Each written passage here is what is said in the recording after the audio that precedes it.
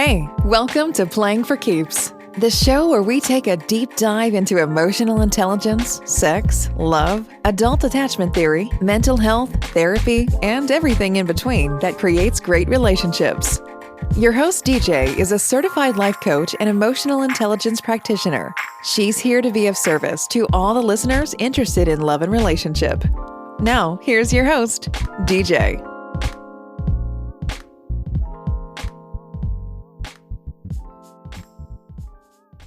Hey, this is your girl DJ with Playing for Keeps podcast, and today I have Eric Jones Jr., the underdog with the heroic heart. He is a father, author, mentor, basketball coach, and inspirational speaker. Today he is here with us to speak about marriage, divorce, and cheating. How are you today, Eric? I'm doing good. How about yourself? I'm doing pretty good. No complaints, no complaints. Thank you for coming on today. Thank you for the opportunity. Okay, so let's kind of just dive into it. So tell me a little bit about yourself first off. Like you said, all those things. I'm a dad first, and then everything else just comes after that. But I'm a co-author in a book, basketball coach. Whenever the world gets back to being normal, or being whatever, whenever we get free. I'm a mentor. I mentor kids. I had a mentor program here, and then I mentor globally some young men in Nigeria. I have a podcast. I just do a lot. I'm just trying to be what I didn't see when I was a kid. Tell us a little bit about your podcast.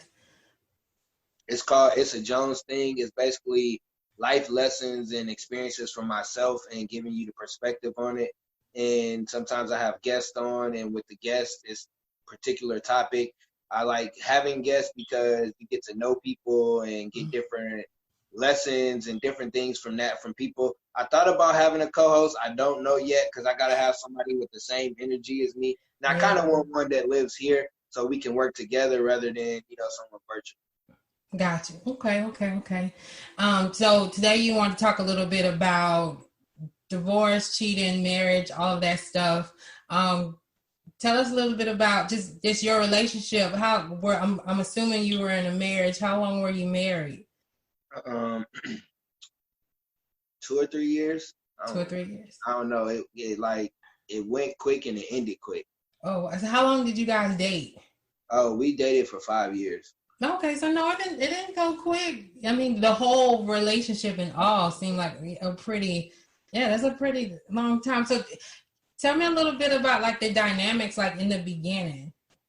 Oh, in the beginning it was cool, but then it was hell too. Okay. Because it's somebody I knew from college, so I kind of had a thing for her back then, but she had a boyfriend or whatever. So this time around, like, she got a daughter, so that plays a role in it. It was cool. We was doing different stuff, walking in the park, doing, stuff that I wasn't normally used to doing. So it was cool, but then when it came to like me meeting her daughter and like all of us having a relationship, it was kind of difficult because she's protective of her kid, and I understood that. Right. But it was pretty cool. It was something new, but then it was a lot of hell to it too. So it was rocky, but I think it was because she was so used to being just her and her daughter, and then I'm just coming in the picture just like, who is this dude? So it was cool. But yeah. Within 8 years, it felt like that. No, at the beginning, it was like that. Like, okay. It was like overcoming her trust in me to be around her daughter. Gotcha. So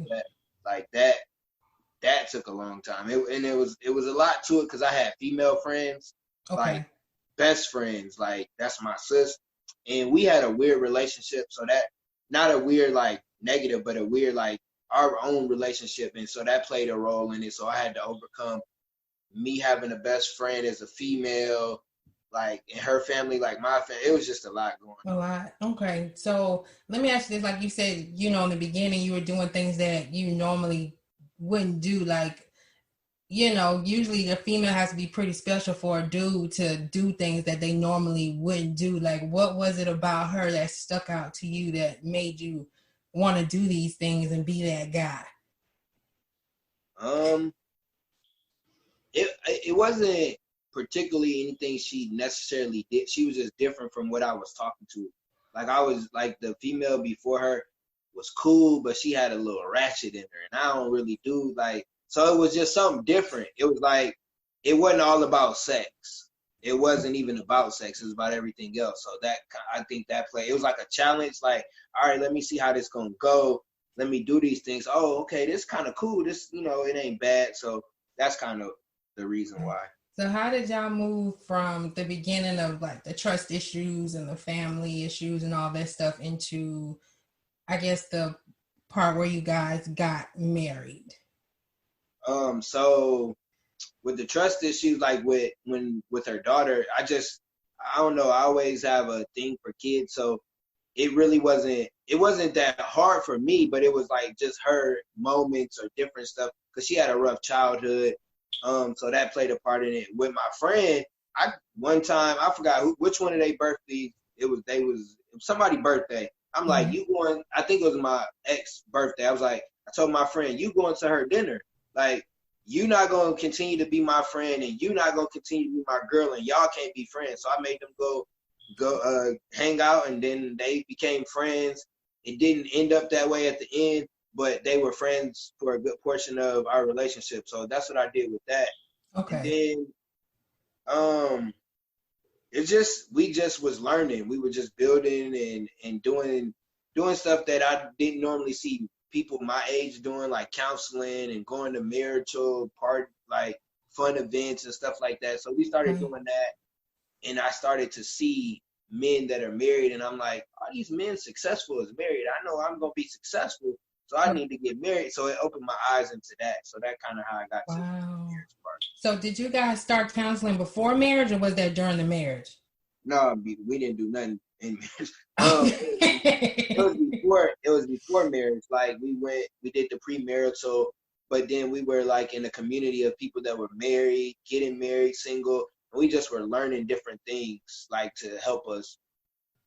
Okay, that's awesome, because I know that's not really like taught in like just regular culture. Like, counseling and marriage counseling is just looked down on, like you crazy or something like that, or you can't, handle your own situations or your own shit. So that's good that you talk about counseling and men going to counseling and getting therapy to get clarity on certain things and all of that stuff. So when you were in your marriage, how was your marriage? Like, you want the I want everything. You want the social media, or you want the real life? No, I want everything, because I feel like you're not giving it to me. I want everything. So, when we started, it was cool. We got a house, so we got the nice house, live in the suburbs. Everything was kind of good, but then I don't really know when it took a left. Like, life happened. Like, I started speaking. I started like getting the entrepreneurial like itch. And it's like, I want to do all these different things. So on my end, I would say like the balance part, you got work, and then you want to go after your dreams, but then it's like, hey, you got to go with your family too. So that was playing a role. Or I was coaching, I was going all the time, but it wasn't like, I always included my son. Like, unless it was like, I'm going somewhere, like if I'm hanging out by myself with my homies, he can't come. But if I know it's going to be kids, I don't care where I'm going, he can come. So it wasn't like I was just leaving her with the kids. At least one of them was coming with me. So we stopped being friends. And when we stopped being friends, things took a left. No sex, arguing a lot. Like, she was sleeping in the room with my son, and things just was going bad. And it's like, we going through these counseling, we're going through these steps, and it's like, why ain't this working? What the hell going on? Like, I'm like, I don't know. So then as things was going, like, it's like, all right, I ain't getting no lunch made for a brother. I ain't getting no sex, like no conversation. Like, and the old me came out. Like, shit, I could just go out here and, get me somebody else to entertain me in these areas that you don't want to entertain me. So do you think that you say you lost your friendship? Would you say that communication was the issue? Yes. Honest communication, not just like communication, but honest communication. Because like, when you got to have them tough conversations, and we weren't having them tough conversations, and we were having them towards the end. It was like, oh, I'm done. Like, I was already done. Like, without cheating, I still wanted a divorce. Like, I didn't leave my family for another person or none of that. I just wasn't happy, and I was going through depression and having anxiety attacks. Like, I was fucked up. Like, I was like, man, this is not life. Like, this, nobody told me when you get married, this is what you go through. And I understand the first 5 years but it was like some of the similar signs from previous before. It's like, I should have just listened to it. I should have just listened to it and been like, nah, we shouldn't get married. But then, you have kids, you feel pressure. And then society kind of pushes marriage on you instead of really moving slow and really figuring out if that's supposed to be with that person. Yeah. Got you. Okay. So why do you think, so I know you brought up, issues like with, not bringing the kids over. So why do you really think like she basically went left? Because like you said, the friendship just stopped besides communication. Do you think that's the only thing? No, love stopped speaking. I stopped speaking her love language, but it was more of. Because that's what I wanted to ask you. Were you familiar with the love languages? Because you said you stopped speaking the love language. So why did you stop speaking the love languages if you're familiar with love languages? Because she wasn't speaking my love language. Got you. Okay. My love language, it's physical, but that's not the number one. It's words of affirmation. So okay. If she used to make me lunch and write me little notes, and it might sound corny to people, but that is so sweet. But it was like I love the little letters and just having that, and then it would stop, and then it was more so pointing the finger. Oh, you not doing this, so I ain't doing that. Oh, you ain't doing it, and that's how we were immature. I've heard somebody told us that we were immature, and that's what it was, and it was.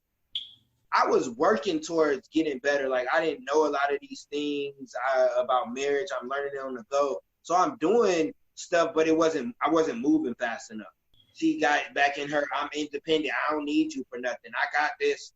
And it's like, okay, you got it. But then there would be moments where, as we split, or not recently, but before, it'd be like, oh, can you help me with this? And it's like, no, I really don't want to, but my son there. So now I have to weigh out, is it a need for my son, or is it you just asking extra because you maybe didn't manage your money right? Got you. Was this during the marriage? Or was this this is now? All this stuff, like in relationship and marriage and after marriage, there's been similar signs on that part. Like, especially like the honest communication, like now, like, she'll communicate, but she don't communicate. She'll be like, oh, what you doing today? Or what time you go to work? Like, why? What's up? She'd be like, oh, can you keep him for such and such? And it's like, right now. It's like, no, I can't keep him right now. I got something to do. Well, I'm trying to do, I don't care what you're trying to do. I got plans. I got this on my calendar. Like, you should have hit me up a long time ago. Like, I let her know. I'm like, hey, you at home? Somebody home? Oh, yeah, somebody home? Okay, I'm about to drop him off. Oh, she wasn't home? Hey, I just dropped him off. Let her know. Like, I just got to continue to communicate, and I can't worry about if she don't. But that's one of the things that now I'm looking at. It's been in all phases. Got you. So now you realizing that. So how are you going to try to move, like, I guess being more effective with communication, like, and do you want to help her with that too, to ease the relationship? Because it sounds like it's still tension a little bit. Like, or y'all good now? Like, I don't know. Like, yeah, we good. But, like, now I'm at the point where it's like, I got to even stop our little cordial friendship. Like, we just got to be co-parent. Because I be feeling like I be getting played sometimes because she talked to another person. So it's like, you talk to me on a certain level, but then you giving the goods to somebody else. It's like, I'm not no sucker. I'm not about to continue this. All you are to me now is, and not trying to sound mean, even if she ever heard this, but you just my son, mom. Like, I don't gotta talk to you about anything else. So I'm trying to minimize that communication, but maximize the important communication. Like, when is doctors, when is this, when is that, so I can know. Because when you're a parent and you're a co-parent, you never know what could happen to the main parent. That's like true. Something could happen to her tomorrow, and my responsibility. I know I'm gonna do a good ass job, but it's certain stuff that I just don't know. Right. Gotcha. So that's where I'm at with the communication part. Gotcha. Okay. So there ain't no more trying to be open-minded and communicate in any type of way other than that. Not right now. Not in the season that I'm in, because it makes me think about certain stuff or overthink. And it's like, I don't need to. You moved on. We both separated. You do whatever you gonna do, and I'm gonna do whatever I'm gonna do. As long as you make sure my son's straight, then we straight. Okay. So ultimately, what happened? Why did you guys end up ultimately divorcing? Because I cheated. I basically I was having an affair, like, when I really look at it, and I end up getting caught. So this is how I got caught. I don't think I've told anybody like how I think I did, but I don't know. I think you did. Like, you did on your. I listened to. Yeah, you did. Yeah. So you go ahead and tell us here though too. I got caught by writing in my journal about like my days, and she read my journal, and this is when I'm going through because part of the cheating was part of why I was going through depression and anxiety attack, like living two different lives basically. Yeah. So I started journaling when I was getting counseling, and that was in the cheating season, and it was like I just started doing this. I was just like working on myself, and she did that. That just like, wow. Like I didn't even really care about the cheating part, because I'm like, I wanted it out anyway. So the cheating part was kind of wrong. I didn't cheat to get out. It just happened. But I was more hurt. Like, I actually started writing out how I feel, and it was helping me, and you read my shit. I was pissed. Like, how do you read somebody's stuff? Like, I was so pissed. But then when I got caught, like, I told her, because it was with a person that I've messed with before in our relationship. I didn't necessarily, I think I cheated. Yeah, I don't know. But yeah, I might have cheated when we were together. We broke up, and it like, I got a weird love story, but I haven't like told the world yet, like kind of about it, because I don't know if I want to, because I don't know who will hear it and how they would feel. But it's just like, in this scenario, I've been messing with the other person. I've been knowing her since I first moved to Indianapolis. That was 2009, 10. So I've been messing with her a long time, or just being cool with her. And she was around when we were going through problems. She was around when we was doing good. Like, that's the thing. Like, I was still, like, we was just cool, and things happened. So I got caught. I was like, I want a divorce. Nobody kind of moved, and she moved on it. We went to divorce court, and it happened. January 3rd, 2020, I'm a free man. Oh, Lord. So tell why do men cheat? I mean, because you were with this woman for a long time, and it started off really good, started off really strong. You know, you went in doing things that you, like you said, you normally don't do. You know, like what happened? Like, why did you end up cheating? To be honest with you, I really don't think we was meant to be in a marriage when we thought we were. And since I thought we were, you know, I went along and I ignored certain things. But what I learned in counseling is I used to run from confrontational stuff. Like, I would run from it, and running from it was going to another woman. And that's what happened in this scenario. Like, because the other person, like, me and her been knowing, but we never worked out. We never got to a serious relationship. She got kids, I got kids. Like, we almost had a kid together type stuff. Like, yeah, crazy. That's for another episode. Right. But it was just that. It was like, when I went over there, I had a peace of mind where, even though she had kids or like whatever, it's just like, I could just chill out. Like I Yeah, didn't it was have to like your do safe anything. space in a way versus like home was really hectic and then she just seemed to understand you and then she was a safe space. Like you didn't have to worry about nothing evolving because you had something going on. Do you Yeah, think that or we didn't even have to talk about what was going on. It was like we sitting, chilling, watching, like we doing the stuff that I would want to do with my wife in a sense. And it's like you try and it's like at a point it's dead. It was like it was dead. Cause I thought about this, like say, I cheated, she forgave me. I got to Mhm. getting that trust back, but everything else was still the same.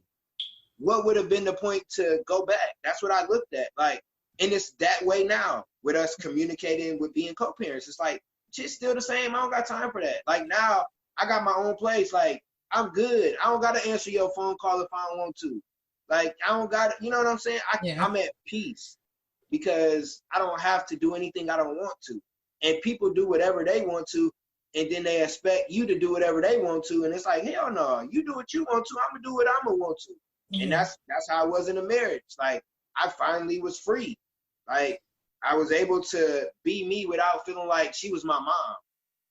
Gotcha. So do you think she controlled a lot of the relationship? Like as far as just being controlled, like you just said she kind of acted like your mom. Was she like the Yeah, controlling she type? she likes the she was control because like even with me and my daughter's relationship, she always wanted to be in our conversations. Like get the hell out of here. Oh Like wow. we couldn't even have a conversation. Like we couldn't.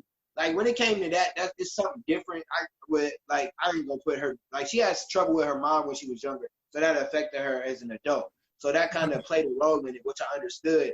And it was yeah, she was controlling. Like she made more money, so she felt a certain way. And then I think the way she was raised, like she seen her dad be a certain way, and she was expecting that. And it was like, dang, we just got married. Give me some time. Like from where I was when we first started, I had nothing. I ain't like nothing. Brother didn't even have a cell phone. I just had some game. That's it. I just had some game. So it's like you seen the progression, the things that I've done just in me and her dating into marriage. Like an author, I graduated high school with a 1.7. Like that should Wow. have happened. Like mentoring, no, that's like coaching basketball. Like all the stuff that I was doing shouldn't have happened. And it was like she didn't give me the time to like you gotta trust the process. True. And now like, and I'm not even at the point where I'm like I'm proving you wrong. It's just like you should have waited and you would have seen what God had in store for me. But I feel like God told me a long time ago, hey bro, this ain't the right one, but this just gonna be your son, mom. Y'all gonna have a good relationship, but this ain't the right one. So what advice would you give to women who would be listening that may be in similar situations with their partner? Listen, open your ears and shut your mouth. Stop it. No, I'm not, and that can be for men too, but it comes a lot with women. Like you have to listen. When we vent to you, listen. Okay. We don't just vent to anybody. We ain't just talking to anybody. Like you gotta listen to us and not take it as us complaining. We getting stuff off our chest. That's a big thing for me. Like I hated that. Like I'm talking to you and I feel like I ain't on nothing. Like you just everything I said was just for no reason. Listen, shut your mouth. Have those honest conversations. Like ask questions. Right. Because Like I know it's a lot of men don't do that. So not like when you say, when you venting and to listen, a lot of men just don't say nothing. They just shut down. Like a lot of women deal with that too. How could a woman get a man to open up who don't open their mouth and who don't vent and let them know what's going on or what's in their head? You gotta find their safe spot. You gotta get to just like we gotta learn y'all gotta learn us. Like you gotta be able to know like, all right, he like to go golfing or he like to go fishing. Let me go with him. That's maybe his safe space where he maybe he go with the guys and they have guys like, hey baby, let me go with you this time. And then maybe he open up. Like you gotta find out how he opens up. Figure out what he likes to do.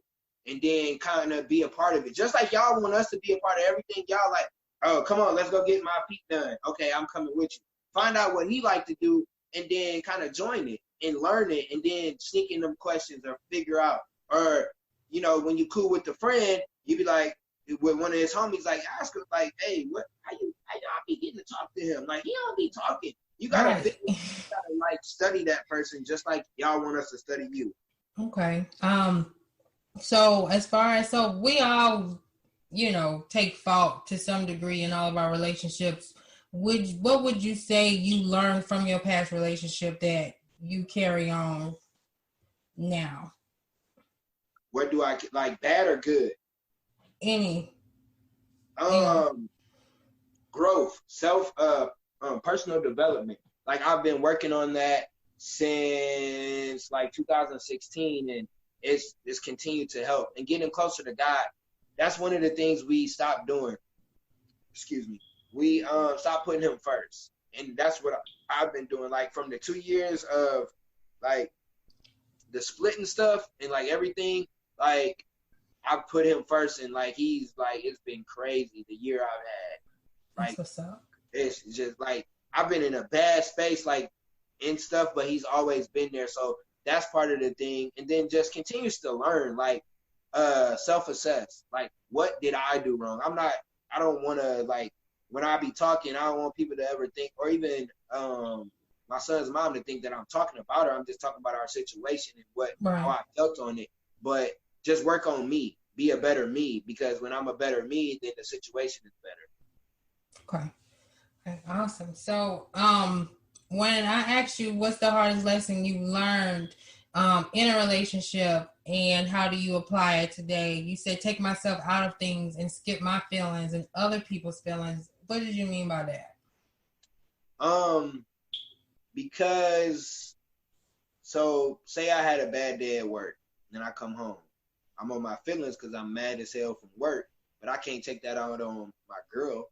She had nothing to do with it. So you got to or when you having those honest communication conversations, you can't be on your feelings. You got to be there to hear the logic, to hear what's going on, so you can figure out how you can make it better. You don't necessarily want to be on your feelings, because when you're on your feelings, conversations can go left. Really? Yeah, it can. And you can't care about their feelings. Like, if I would have not cared about people's feelings, I wouldn't have been in the situation I would have been in. I would have been able to be honest and been like, hey, shorty, this ain't working. We got to figure something else out. Like, I was somewhat majority honest with one person, but wasn't honest with the person I was with, in a sense, in certain conversations. So it's like, I have to be honest with that person and skip their feelings, even if they're going to be mad, cry, whatever, because that's going to help us in the long run. So True. That's what. Okay, so that's what you meant by that. Okay. Tell us what you working on now. What projects you got going on? Right now I still got my podcast. You can't, like, I still speak, I still make my videos, but I'm about to start doing t-shirts. Tell us a little bit about your t-shirts. So I have an online business. It's called Christian Dewan. That's after my son. So I made it for him because he's in the club. Because my son is albino, so he's very into clothes. Like, my mom told me, like, he's very fashionable because he can't change his skin. He's not gonna get darker. He's not gonna get lighter when the seasons change. So clothes is what make him confident. So I already had the idea of, I always see people with shirts. I'm like, let me put some stuff on there. So this week, my goal, because I talked to my coach, is to get it started. So I'm just writing down the plan and stuff like that. I'm trying to figure out who I can get here in Indianapolis instead of having someone send it, because I want to be, because if it start booming, I got to make sure that I can get that product. Boom, boom, boom, boom, boom, boom, boom.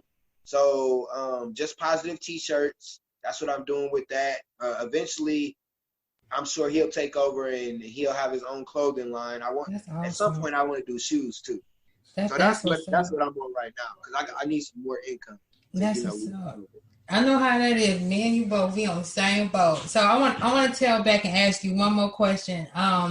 So like I was saying, a lot of men have issues with therapy and coaching and stuff like that. Could you elaborate on how that helped you, like, kind of change your mindset and even change the way of how you view relationships and how it's helped you?